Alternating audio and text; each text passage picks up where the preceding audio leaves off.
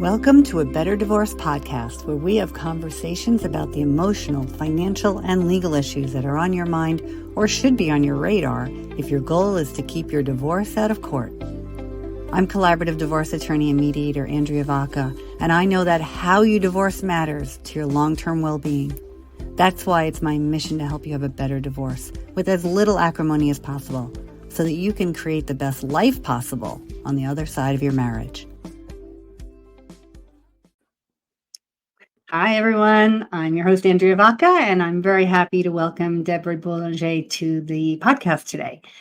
She is the CEO of Life After Corporate and the founder of the Launch Lab for Women Entrepreneurs. She also runs the Reliable Revenue Mastermind and is the host of the Life After Corporate podcast.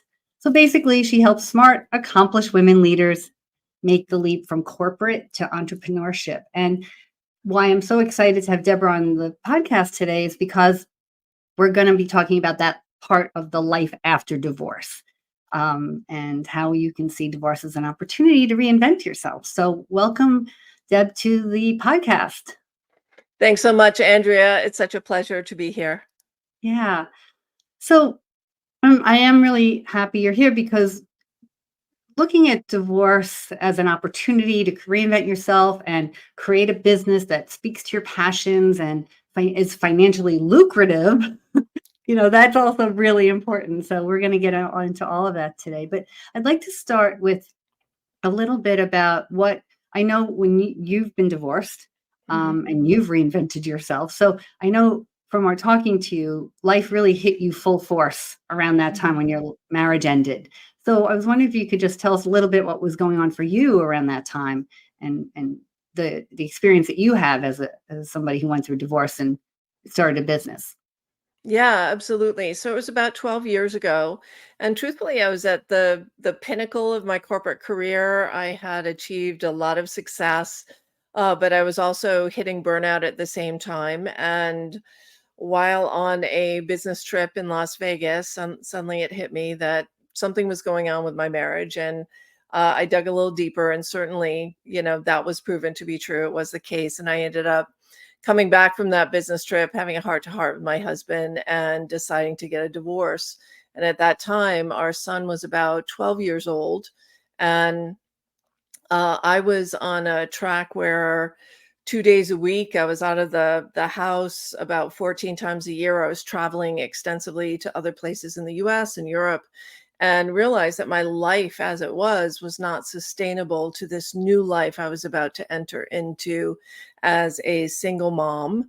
And I decided, after going on a silent meditation retreat, that maybe I needed to create my own thing. Maybe I needed to start a business, stay home, be with my son through those really tricky years through middle school and high school. And that's a choice I made. And as part of that, I love that the silent retreat is where you allowed yourself to find, listen to yourself and really hear Yeah. what you needed instead of what you should be doing, like really listening to yourself. So that's probably a huge lesson that you can share with others.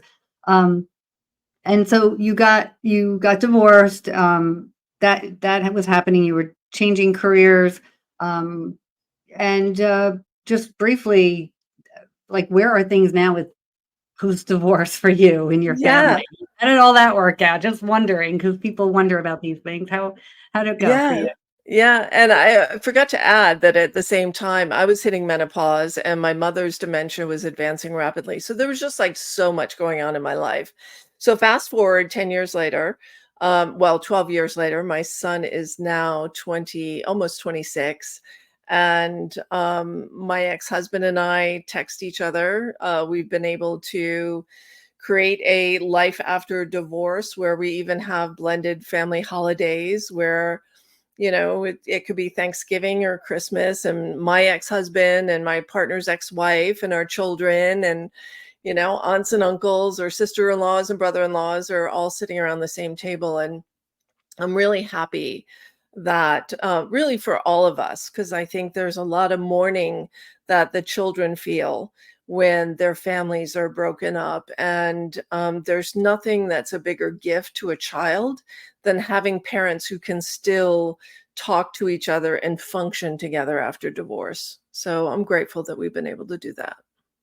Couldn't agree more, and that's exactly why we have a non-adversarial Mm. divorce practice here, and my whole firm is committed to not keeping people out of court so they can have that type of outcome, um, and have a better chance of being around the same table at some point, maybe in the future with that extended family. So let's talk more about what it was like to make you made the decision. I'm going to create a business. I'm not going to go back to my corporate job, which I imagine was a well-paying job. Um, Mhm. what was it like making that transition? How did you decide what you wanted to do?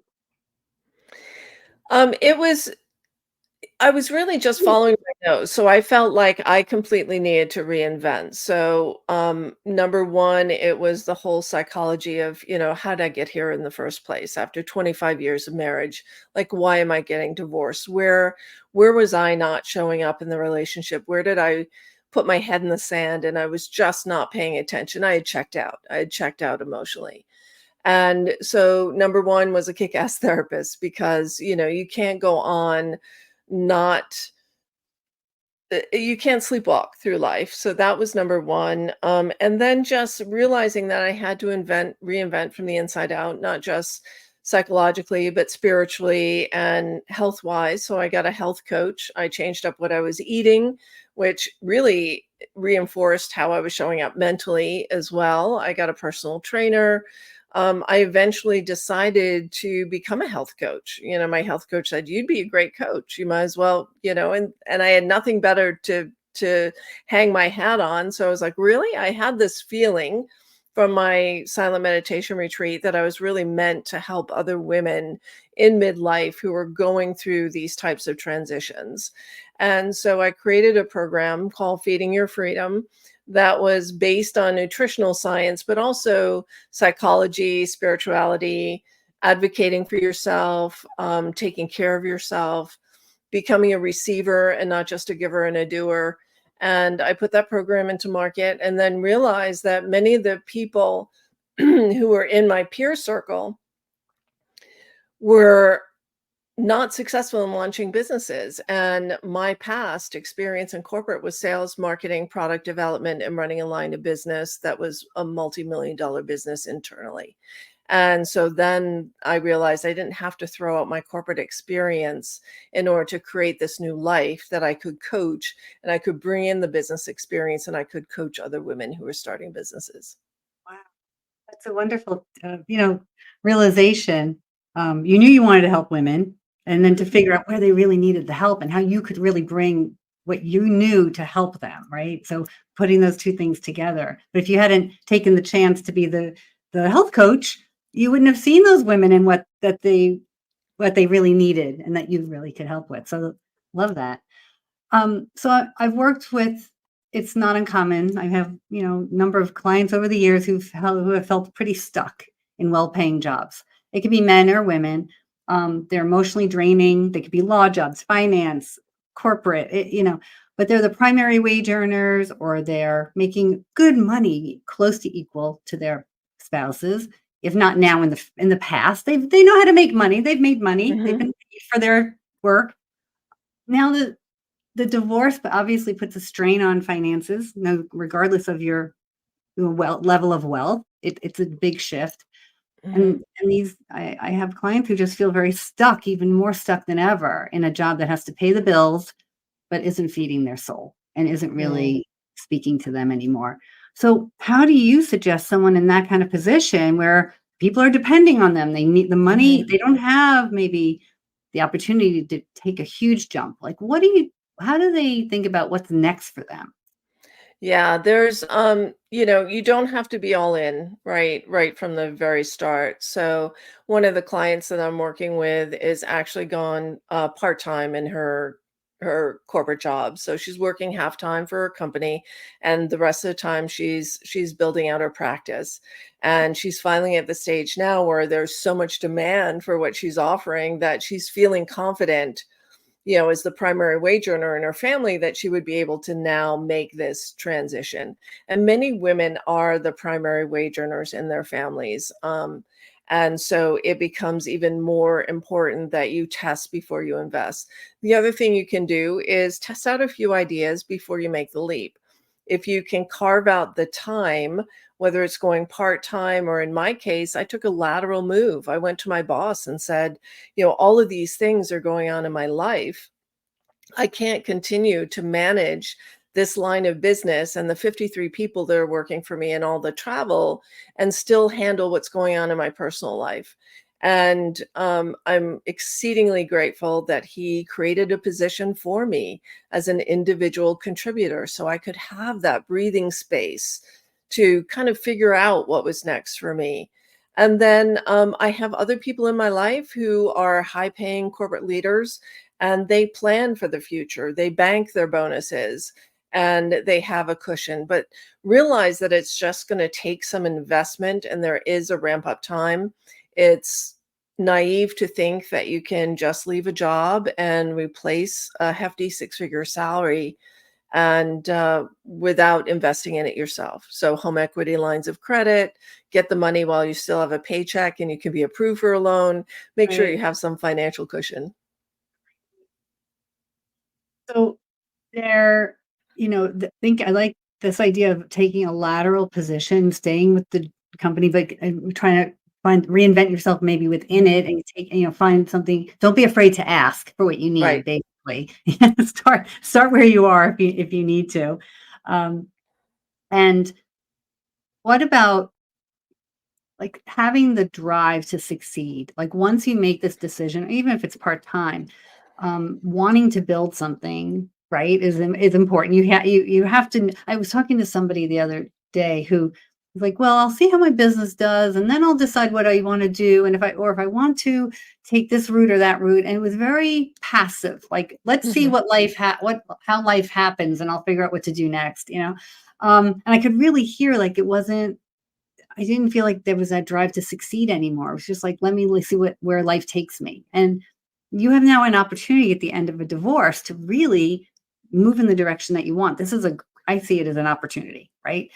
Everything's Mhm. different now. So, what mindset issues do you see Mhm. yourself providing coaching on that helps people remove any roadblocks, any passivity kind of idea, or anything else that would get in the way of achieving their goals? Yeah, just realize that this is a transition to a new identity. And for many of the women leaders that I work with, they've been in corporate for 15, 20, 25 years.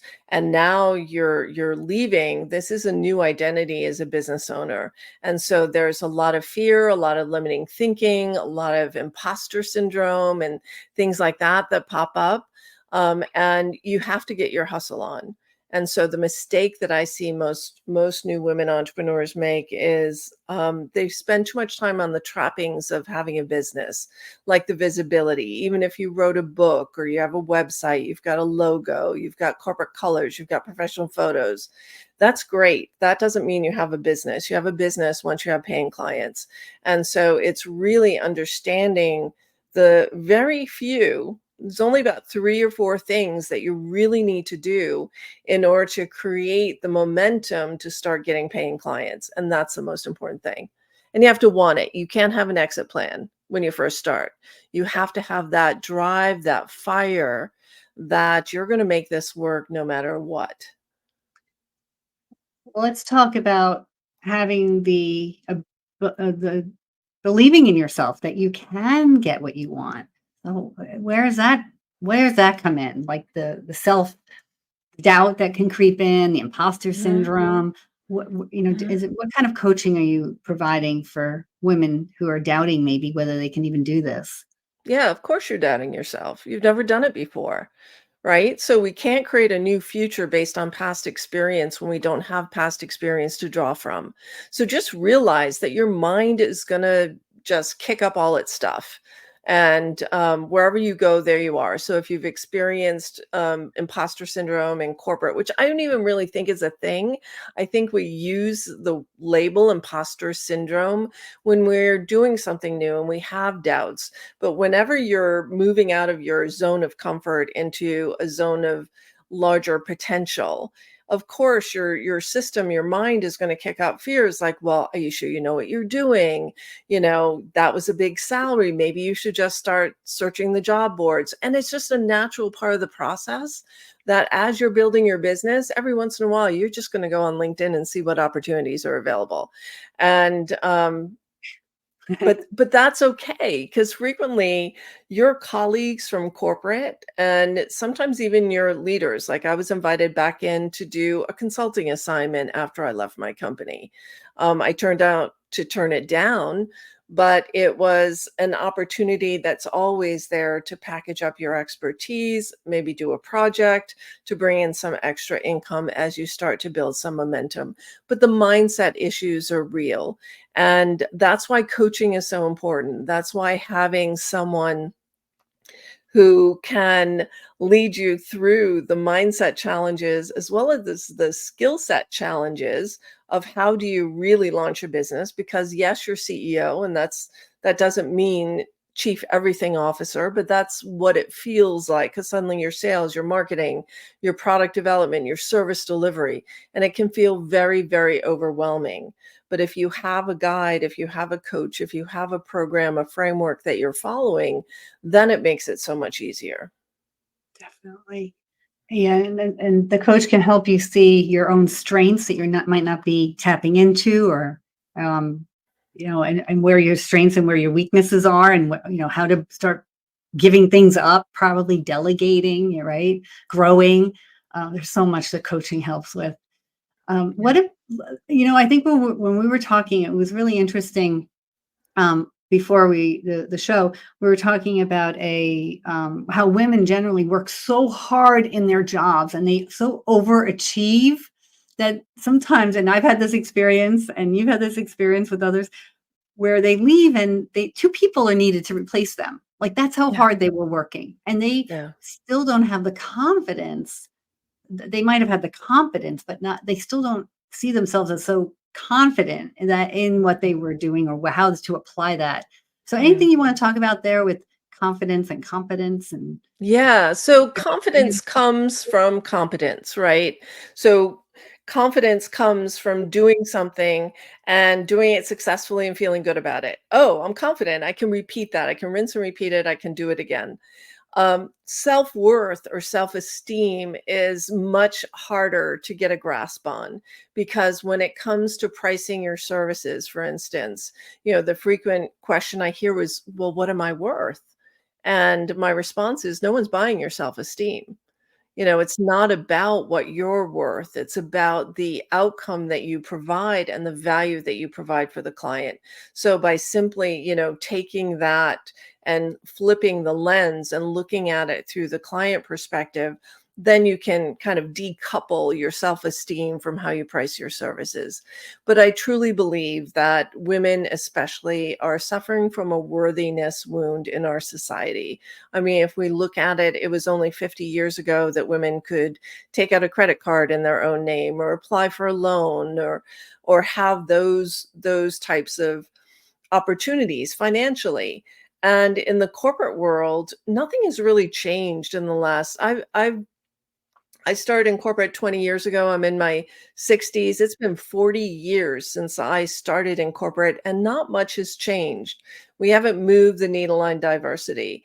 And we still have this discrepancy in the pay gap.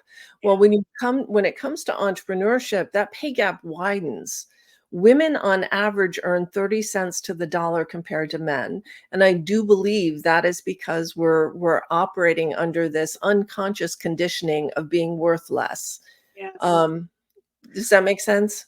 It makes a lot of sense. I see it all the time. It makes so much sense to me. Even among attorneys and mediators and people who I, work with, the women undervalue themselves so much. They don't charge for their services. Um, they're not, it's just strange. I don't understand it. They're so competent, and they're just, you know, just don't see the value, I think, or really in what they're providing. They take it for granted that they're doing all this work. But I digress. Mhm. But there. So let's talk. All right. So the mindset is so important. I talk about it all the Mhm. time, no matter what you're doing. Yeah, What in the divorce process as well, it's just because the law says it's 50-50 doesn't mean you can't negotiate or advocate for yourself based on what's good for your family and what you want. So, I mean, it transcends entrepreneurship and making that transition. It's also included in how you negotiate your divorce and how you negotiate everything in your life. You get what you ask for. Right. Yes, you do have to ask for it, and you have to be prepared to advocate for yourself and understand what you want and why you want it. Right. You Mm, can't just, that's what we're always trying to do, is like, it's not just a position, but why do you say you need what you need? And then we can hopefully get you that. Maybe it's so, whether it's in your position, in your job, in your divorce, in your just relationships, ask for what you want. Um, as a coach, as a business coach, mhm, how are you helping? How do you help your clients figure out that passion, like that mhm, what they want? Because you realize maybe you're more passionate about helping people grow their businesses and mhm. monetize their businesses and make money. That was something that really spoke to you. How do you help other people do that? Is there some process that they go through? What do you do? Yeah. I mean, it starts with an idea and it does evolve, right? So I know now my mission is to close the wage gap for women entrepreneurs. That's why I'm here. That evolved over time. I knew I wanted to help women in midlife advocate for themselves. So you come to the table with an idea. If you don't have an idea or a passion or a problem you want to solve, it's really hard to get started. And so we take that, and what I encourage women to do is to look at your entire compendium of life experience. Everything that you've experienced growing up in life, your corporate career, your passions, your interests, where you want to go right now, and create an idea of an opportunity, a hypothesis, and then we test it. So you always test before you invest. We want to find demand before we go out in the market and start supplying our services and looking for buyers. So we want to test with people who represent our ideal clients. We want to run the idea by them. We want to collaborate and create products, and I call package service offerings products. You want to create those products in collaboration with the people who you want to buy them. And in that process, you find out what's missing in the market. What is that secret thing that can differentiate you and create a unique market position so that you can own your category? And in that process, you also find out, well, what messaging could I put out in my marketing that would really land with those people? Because people respond when you can reflect their inner thinking back to them. And so the launch lab is our very first step on that journey. And that's where my clients who are just leaving corporate, that's the first stop. That's where you start. Don't start going out there and marketing your services or speaking on stages if you don't have the systems and processes to really capture those leads and be able to nurture those people into clients. So smart. My goodness. And it, yeah, yeah, it's not just that website that looks good, like, that does not Right. really, that comes later. That's the message you're putting out in Mhm. the world, but you have to figure out what that message is and Yeah. and, oh, I've been there, I've had this practice for 20 Mhm. years, I've been doing this for so long, but, I've gone through all of these stages that you're talking about, and I didn't always have a coach by my side. I have Mhm. one now, I have many now, but yeah, anyone listening, please think about talking to Deb or any coach that will help you really refine what you want and why you want to do this. We also talked. I know we talked about not being a generalist, and that applies a lot Mhm. to lawyers, of course. But I think, even in any entrepreneur, like, what is the challenge others are dealing with? How can you help them overcome that challenge? What can you do? People want to buy the result, the solution that they have to their problem, right? Is there anything more to say about that?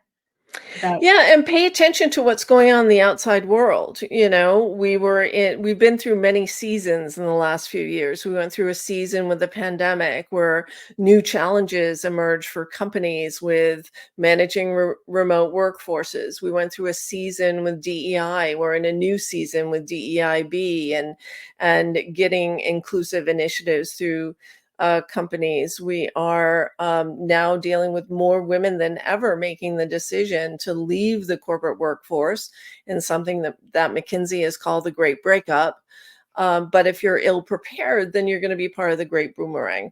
So what is it that's going on in the world, and where do your skills match up with that? Where can you provide real value to the companies or the people that you work with?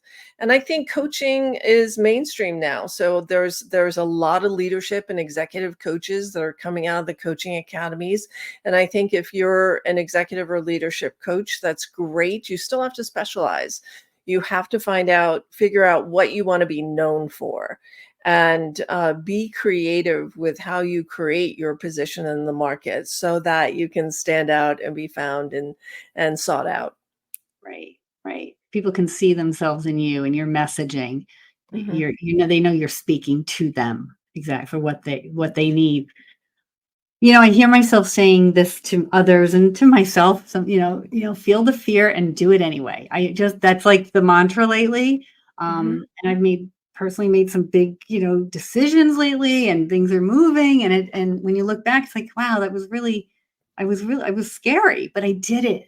So anything, any, any last advice here on overcoming limiting beliefs, dealing with the fear, moving anyway? Anything more to say there? That, Yeah, if you're not feeling fear, then you're not outside of your comfort zone, right? So the fear, the discomfort is part of the movement from what you know to what's your potential is, and there is all sorts of possibility. And visibility is currency.